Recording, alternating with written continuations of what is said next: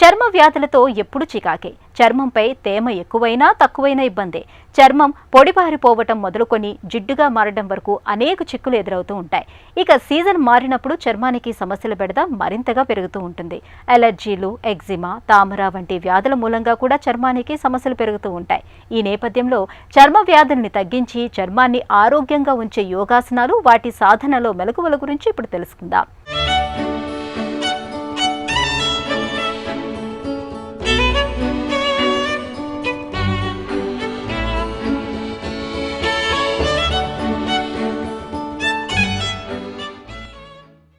అందరికీ నమస్కారం. అందరికీ ఆరోగ్యం.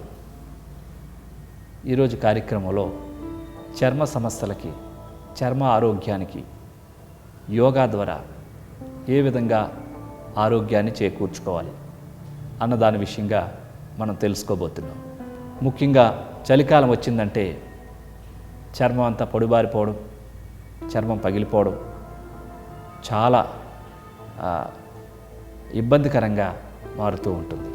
ఇటువంటి సమస్యలకి యోగా ఆసనాల ద్వారా, కొన్ని ముఖ్యమైనటువంటి ముద్రలు, ప్రాణాయామాల ద్వారా శారీరక సౌందర్యానికి ఉపయోగపడేటటువంటి, స్కిన్ని చక్కగా మృదువుగా ఆరోగ్యవంతంగా తయారు చేయడానికి ఇప్పుడు మనం చేయబోయేటటువంటి ముద్రలు, ఆసనాలు ఎంతగానో ఉపయోగపడతాయి.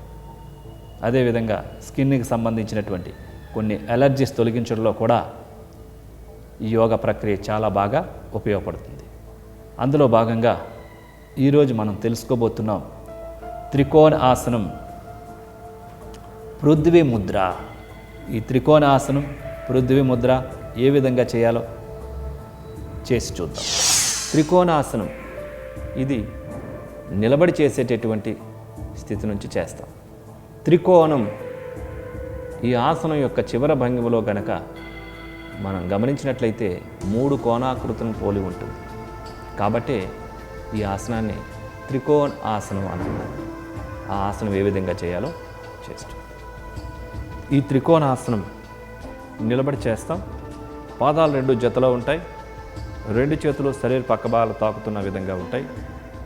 ఈ స్థితి నుంచి 2 కాళ్ళని, చలికాలంలో ఏర్పడేటటువంటి ఈ చర్మ సమస్యలకి యోగ చికిత్స ఏ విధంగా చేసుకోవాలో వాటిని అందరూ ఆచరించి అందరూ ఆరోగ్యంగా ఉండాలని కోరుకుంటున్నాం.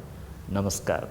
చర్మ వ్యాధుల్ని తగ్గించి చర్మాన్ని ఆరోగ్యంగా ఉంచే యోగాసనాలు, వాటి సాధనలో మెలకువల గురించి తెలుసుకున్నాం కదా. ఇక ఈరోజు కార్యక్రమాన్ని ముగించే ముందు ఆంధ్ర హాస్పిటల్ సమర్పించే ఒక చిన్న చిట్కా మీకోసం.